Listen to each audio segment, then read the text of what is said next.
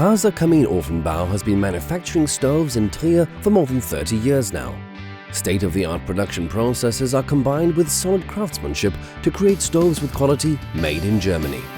The first step in the manufacturing process is to laser cut the individual stove parts from steel sheets. The extremely precise laser machine cuts down to 1/10 of a millimeter.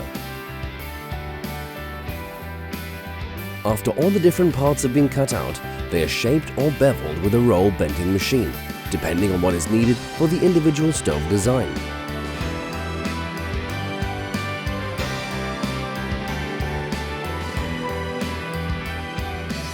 A robot welding machine is used to weld the stove pieces together. Mounting parts such as the firebox doors are clamped into a jig and welded by hand. In a fully automatic sandblasting process, the surface of the stove and all of its mounting parts are then cleaned and roughened to prepare them for the painting step. Next, the stove is finished with a high heat-resistant metallic paint in the coating unit.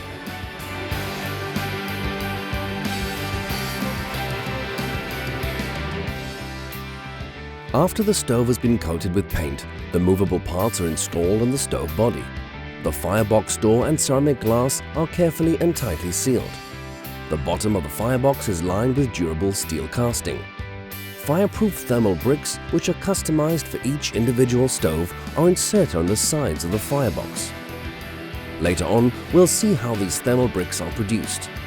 After the firebox door has been mounted, the stove goes to the quality control department, where it undergoes rigorous testing and inspections. Many of the stove models can be cladded with ceramic. The ceramic is crafted right on site at HASE. This process requires a high degree of skill and know-how.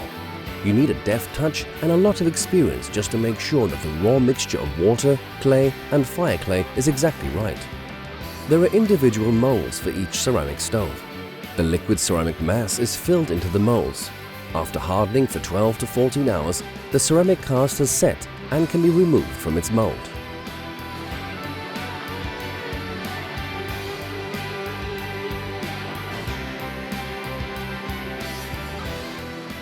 The material is still very soft and pliable, and so the edges can be carefully shaped by hand. To make sure that stress cracks don't form when shaping large round ceramic designs, a gap is left on the back of the cast, which will be carefully smoothed over later on.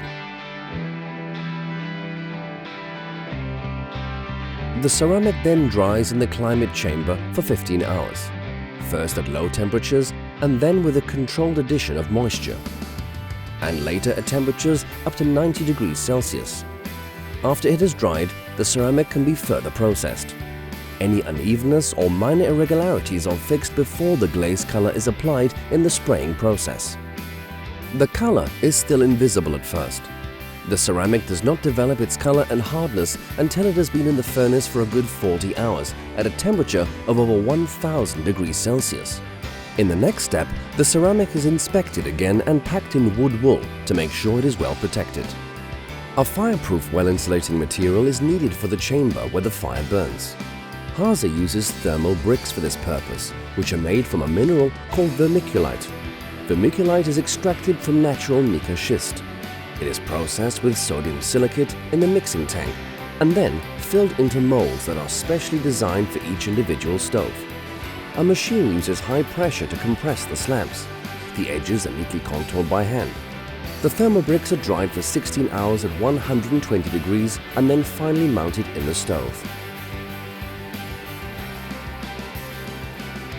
Stoves, ceramic tiles and flue pipes in a wide variety of colors and versions are stored in the high racks of the shipping warehouse. The stoves are strapped onto pallets and shrink-wrapped in protective foil. Securely packed, they make their way to the shop and then into the living rooms of the customers.